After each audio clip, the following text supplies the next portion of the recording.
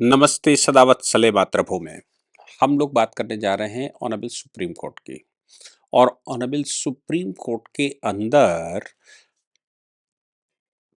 Full bench full court बिठाई गई। Chief justice of India ने फुल कोर्ट बिठाई और फुल कोर्ट बिठाकर उन्होंने पूछा कि आप मुझे ये बताइए, क्या सुप्रीम कोर्ट कोई रियासत है और चीफ जस्टिस ऑफ इंडिया क्या है? तो मोस्टली जजेस ने कहा ना तो सुप्रीम कोर्ट कोई रियासत है और न ही चीफ जस्टिस ऑफ इंडिया वहां का बादशाह है या चक्रवर्ती सम्राट है या राजा है। ना वो राजा है, ना सम्राट है, ना बादशाह है। इसलिए chief justice of India roster तय जरूर करता है।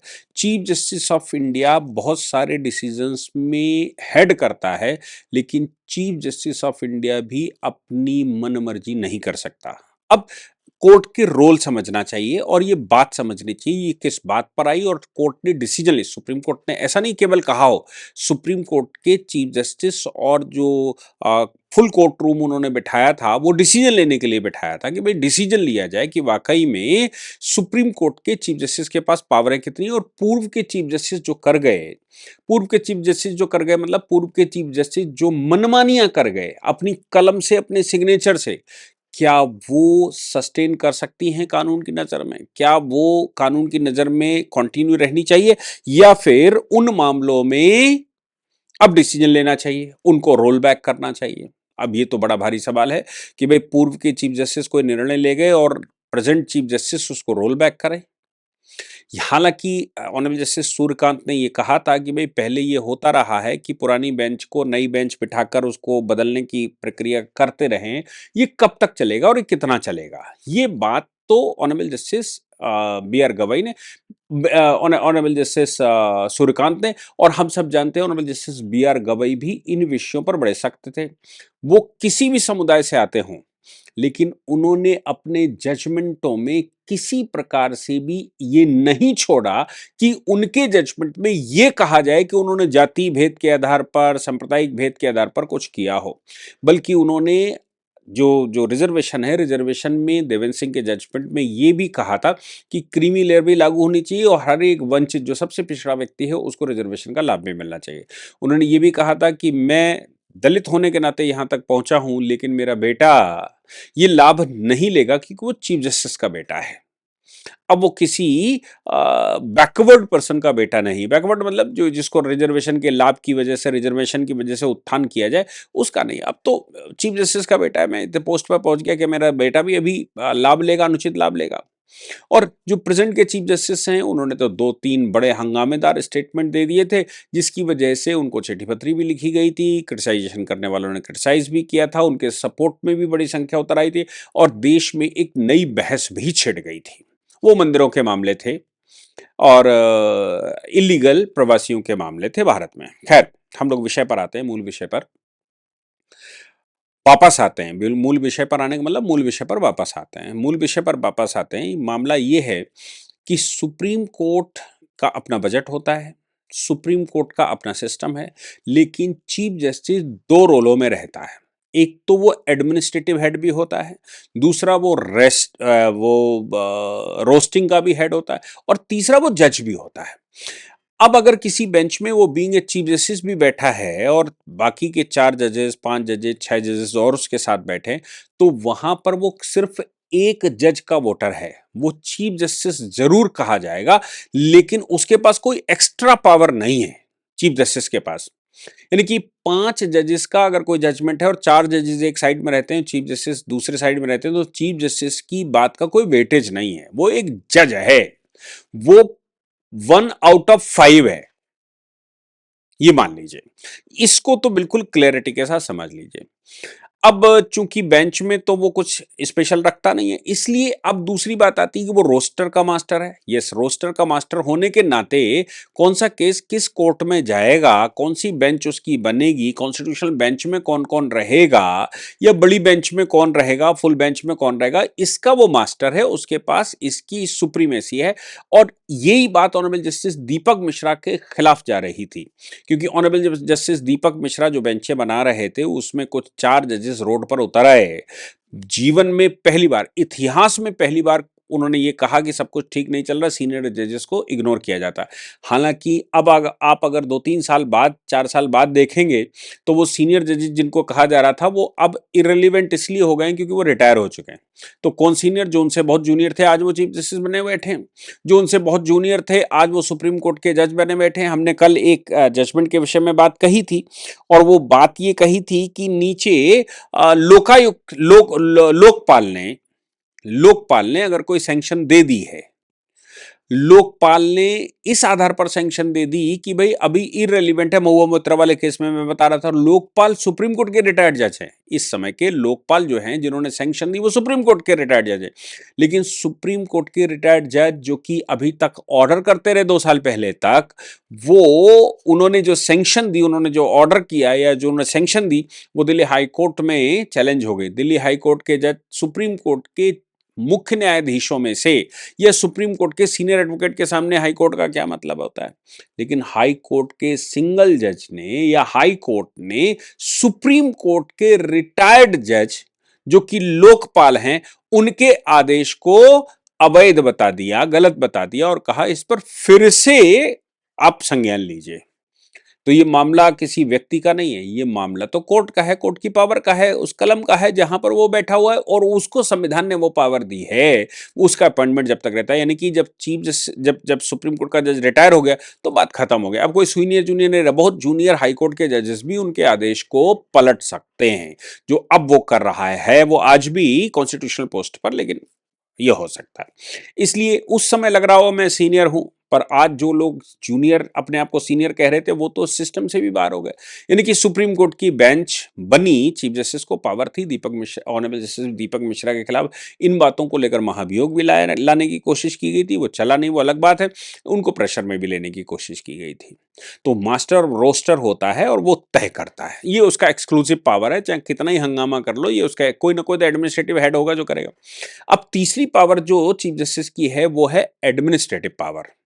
एडमिनिस्ट्रेटिव पावर मतलब वो जुडिशियल पावर नहीं है, वो रोस्टर की पावर नहीं है। एडमिनिस्ट्रेटिव पावर का मतलब होता है कि वो हाई कोर्ट, वो सुप्रीम कोर्ट की बिल्डिंग बनवाएगा, सुप्रीम कोर्ट की लाइब्रेरी बनवाएगा, सुप्रीम कोर्ट में नए चैम्बर बनवाएगा, अंदर बाहर, और कुछ जो उसके कर्मचारी हैं उन कर्मचारियों की नियुक्तियां करेगा, उनके इंटरव्यू लेगा। ये सब उसके एडमिनिस्ट्रेटिव फंक्शन है। ये जुडिशियल फंक्शन है। देखिए याद रखिएगा, जुडिशियल फंक्शन तो बाइंडिंग होता है हमेशा से, क्योंकि वो जुडिशियल फंक्शन है। यहां तक कि 2 जजेस ने कॉन्स्टिट्यूशनल मैटर सुन लिया, और जैसे पार्टीवाला और महादेवन ने, उन्होंने कॉन्स्टिट्यूशनल मैटर सुन लिया। उनमें जो ऑर्डर हो गया वो भी अब जुडिशियल ऑर्डर है, भले ही उनके पास पावर नहीं थी। उसके लिए फिर राष्ट्रपति को चीफ जस्टिस को लिखना पड़ा। चीफ जस्टिस ने 5 जजेस की बेंच बिठाकर 1 महीने तक सुनवाई करी, तब उस जुडिशियल ऑर्डर के अगेंस्ट में वो बोल पाए। फिर भी वो 5 की जो एडवाइस थी 143 की, वो 5 की एडवाइस भी अभी प्रभावी नहीं हो सकती, क्योंकि वो जुडिशियल फंक्शन में नहीं थे, वो एडवाइजरी फंक्शन में थे। एडवाइजरेबल रेफरल फंक्शन में थे। सुप्रीम कोर्ट के चीफ जस्टिस से रेफरेंस मांगा गया था। उस रेफरेंस में उन्होंने 5 जजेस की बेंच बनाकर सबको सुना, लेकिन वो रेफरेंस जो 5 जजेस ने 1 महीने तक दोनों पक्षों को सुनने के बाद दिया, वो भी जुडिशियल ऑर्डर नहीं था। वही 2 जजेस के बेंच का जुडिशियल ऑर्डर था, जो कि तमिलनाडु के मामले में कानून बनाने की प्रक्रिया की बात करता है। तो आप समझ लीजिए कि जो चीफ जस्टिस आप होंगे, लेकिन अगर आपका आदेश जुडिशियल ऑर्डर नहीं है, आपका आदेश एडमिनिस्ट्रेटिव ऑर्डर है, तो वो एडमिनिस्ट्रेटिव आदेश बाइंडिंग नहीं होता। अब विषय यह था कि ऑनरेबल जस्टिस बी.आर. गवई जब चीफ जस्टिस हुआ करते थे, तो उनके सामने एक मामला आया।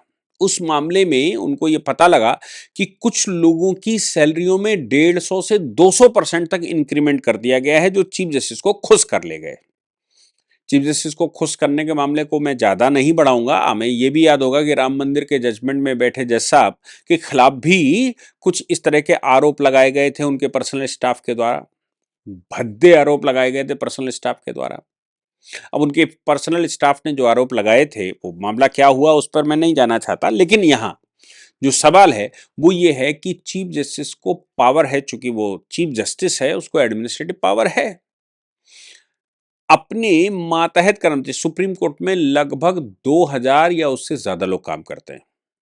सुप्रीम कोर्ट में जजेस भले ही 34-35 हों, लेकिन 2000 या उससे अधिक लोग सुप्रीम कोर्ट में काम करते हैं। अगर मैं इसको मानकर चलूं, तो भी एक जज के हिस्से में 50 से 60 लोग आते हैं। एक जज के हिस्से में 50-60 लोग आते हैं। एक जज इसलिए सुप्रीम कोर्ट जब डिसीजन दे रहा होता है तो वो कॉस्ट लगाता है, तो वो कॉस्ट केवल अपनी नहीं लगाता, उन 50-60 जो उसके हिस्से में है उनकी सबकी कॉस्ट लगाता है। तब वो कहता है 10 लाख जमा करो, 20 लाख जमा करो, आपने कोर्ट का टाइम खराब किया है। यहाँ पर हुआ क्या था कि जो पहले के चीफ जस्टिस रहे, भले ही वो 2 महीने 4 महीने के लिए बैठे हों, जाते समय रेवड़ियां बांट गए। अपने पर्सनल कर्मचारियों को 2-2 3-3 इंक्रीमेंट दे गए। क्यों देगा? बस आप लगे थे उनकी सेवा में, उन्होंने कहा साहब कर दीजिए, आप तो जा ही रहे हैं, दुआएं देंगे, बच्चे दुआएं देंगे। उन्होंने कहा ठीक है, आदेश कर देते हैं, दुआएं दो। जिसकी सैलरी 50,000 रुपए थी, इंक्रीमेंट लगा दिया, 60,000 कर दी। अब सवाल ये पैदा होता है कि सुप्रीम कोर्ट में जब 2000 लोग काम करते हैं तो सबकी पैरेलल इंक्रीमेंट क्यों नहीं लगेगा? किसी का पर्सनल इंक्रीमेंट चीफ जस्टिस की रिकमेंडेशन पर कैसे लग गया? लेकिन चीफ जस्टिस है, उसके पास पावर थी, एडमिनिस्ट्रेटिव पावर थी, वो ये कर गया। अब चीफ जस्टिस आदेश कर गया तो ट्रेजरी को मानना पड़ेगा। और जस्टिस बी आर गवई के संज्ञान में ये बात आई कि भाई एक ही कैडर के दो लोगों का अपॉइंटमेंट हुआ, एक की सैलरी दूसरे की सैलरी से 150 गुना ज्यादा है। कैसे पता लगा? कैसे? बोले साहब वो बढ़िया मक्खन पारिश लेकर चीफ जस्टिस को खुश कर लेते थे। चीफ जस्टिस जो रिटायर हुआ 2-3 इंक्रीमेंट बढ़ा गया। और जस्टिस बी आर गवई ने ये कहा, जब जब फुल कोर्ट बिठा बुलाई और उन्होंने पूछा कि भाई ये क्या है, चीफ जस्टिस क्या कर सकता है, तो ज्यादातर जजेस ने कहा ना तो चीफ जस्टिस राजा है, रजवाड़ा है, और ना ही ये कोई रियासत है कि भाई राजा अपने मन से, मोनार्क अपने मन से जो भी चाहे वो डिसीजन ले लेगा, जो भी चाहे जैसे भी कर लेगा, वो है नहीं। हालांकि honourable justice B R Gavai ने उस समय ऑर्डर कर दिया और उस ऑर्डर में उन्होंने कहा कि जिनके जिनके इंक्रीमेंट लगाए गए हैं पुराने चीफ जस्टिस के द्वारा, वो सारे इंक्रीमेंट वापस लिए जाते हैं। एडमिनिस्ट्रेटिव रिफॉर्म या जुडिशियल रिफॉर्म कमीशन के अनुसार बढ़ेगी तो सबकी बढ़ेगी, और इंक्रीमेंट भी अगर बढ़े तो उसका कोई प्रॉपर आधार होना चाहिए, उसके लिए एक कमीशन होना चाहिए जो कमीशन तय करे कि भाई इनका इंक्रीमेंट बढ़ना चाहिए या नहीं बढ़ना चाहिए। जो रिकमेंडेशन है, तो जज केवल रिकमेंडेशन कर सकता है, वो अपने हाथ से रिकमेंड भी करे और अपने हाथ से वो सैलरी भी बढ़ा जाए और इंक्रीमेंट बढ़ाकर चला जाए और कहे भाई ठीक है, हम रिटायर हो रहे हैं, तुम हमें खबरें देते रहना, इसलिए तुम्हारे 2 इंक्रीमेंट बढ़ाए देते हैं। दूसरा आया वो उनके उनके पास, उसके बाद जो आया उसके पास बीच पक गया, उसने फिर से 2 बढ़ा दिए। अब ये जितने चीफ जस्टिस बैठे, मालूम पड़ा कि साल भर में 3 ठो बैठ गए, तीनों उसको 2-2 इंक्रीमेंट बढ़ा गए। वो किसका सही मायने में सगा था? वो किसी का सगा नहीं था, वो तो केवल अपने इंक्रीमेंट का सगा था। इसलिए चीफ जस्टिस को मक्खन पालिश लेकर पटाना ही उसका काम था, इसका वो स्पेशलिस्ट था, इसलिए उस कर्मचारी के ये बढ़ गए। अच्छा, जब सैलरी बढ़ गई, मालूम पड़ा 1.5 लाख 2 लाख रुपए हो गए, तो उसने एक बड़ा मकान खरीद लिया, बोले 50,000 इससे लगेंगे, और ये गाड़ी खरीद ली, सब हो गया। Honourable justice B R Gavai की जब फुल कोर्ट ने ये बात कही तो उन्होंने कहा हम सबके इंक्रीमेंट को वापस लेते हैं। अब वो इंक्रीमेंट वापस ले लिए गए। इंक्रीमेंट जब वापस ले लिए तो किसी ने ईएमआई अपनी 60,000 रुपए बढ़ा रखे थे, किसी ने लाख रुपए बढ़ा रखे थे, किसी ने 50,000 बढ़ा रखे थे, ये सोच कर कि भाई अब तो ये सैलरी हो गई, अब तो ऑर्डर हो गया, ये तो सैलरी मेरी है। अब वो बिलबिला रहे हैं ये कहते हुए कि साहब आप एक काम करते, अगर आपको सैलरी रोकनी थी तो आप कुछ समय हमको देते 6 महीने का, उसके बाद सैलरियां बैलेंस कर लेते, हम अपना ठीक कर लेते। अचानक आपने रोक लिया, हमारे तो 50,000 रुपए की केस, हमने तो मकान ले लिया था, उसमें 50,000 रुपए महीने की किस्त बना ली थी, 16 सोचा था 15 साल चलेगी तो ये मेरा हो जाएगा। चीफ जस्टिस ने एक नहीं मानी और वो कर दिया। अब ऑनरेबल जस्टिस सूर्यकांत बैठे हुए हैं, उनके सामने भी ये बात आई, उन्होंने कहा बिल्कुल ठीक बात है, honourable justice B R Gavai जो करके गए वही सत्य है। इसलिए उन्होंने उसमें, जहां तक मेरी जानकारी, हालांकि इंटरनल मैटर रहता है, जहां तक मेरी जानकारी है, उन्होंने भी इसमें इंटरेस्ट लेने से मना कर दिया और उनका भी वही मत था जो honourable justice B R Gavai का है कि चीफ जस्टिस कोई रियासत का राजा नहीं है कि वो मर्जी हो उसकी बढ़ा देगा, डिस्क्रिमिनेटरी सैलरियां बढ़ा देगा, डिस्क्रिमिनेटरी वो पर्क बढ़ा देगा या उनके इंक्रीमेंट बढ़ा देगा। ये कुछ अधिकार नहीं है। इसलिए honourable justice B R Gavai का जो आदेश था कि सबकी सैलरियां वापस ली जाएं, सबके इंक्रीमेंट वापस लिए जाएं, और सुप्रीम कोर्ट में एक पार्टिकुलर प्रोसीजर होना चाहिए, उस प्रोसीजर से ही किसी की सैलरियां हाइक हो सकती, चीफ जस्टिस की सोल अथॉरिटी से नहीं। मैं समझता हूँ ये एक अच्छा illustration honourable justice B R Gavai और ऑनरेबल जस्टिस सूर्यकांत ने सेट किया है, जिसके लिए उनको साधुवाद कहना चाहिए और ये मानना चाहिए कि उन्होंने खुद ये माना कि ना तो हम राजा हैं और ना ही सुप्रीम कोर्ट कोई रियासत है कि कुछ भी करेगा और उस पर कोई सवाल नहीं खड़ा होगा। हम सभी प्रोसीजर ऑफ लॉ से बंधे हुए हैं, हम सभी इक्वल प्रोटेक्शन ऑफ लॉ से बंधे हुए हैं और हम एक सभी इक्वलिटी बिफोर लॉ हैं। इसलिए हमारे पास भी वो शक्ति नहीं होनी चाहिए और इस पर एक प्रॉपर रूल बनना चाहिए, जो कि अब नए चीफ जस्टिस मुझे जहां तक लगता है उसको बनाने की कोशिश करेंगे। जय हिंद, जय भारत, वंदे मातरम।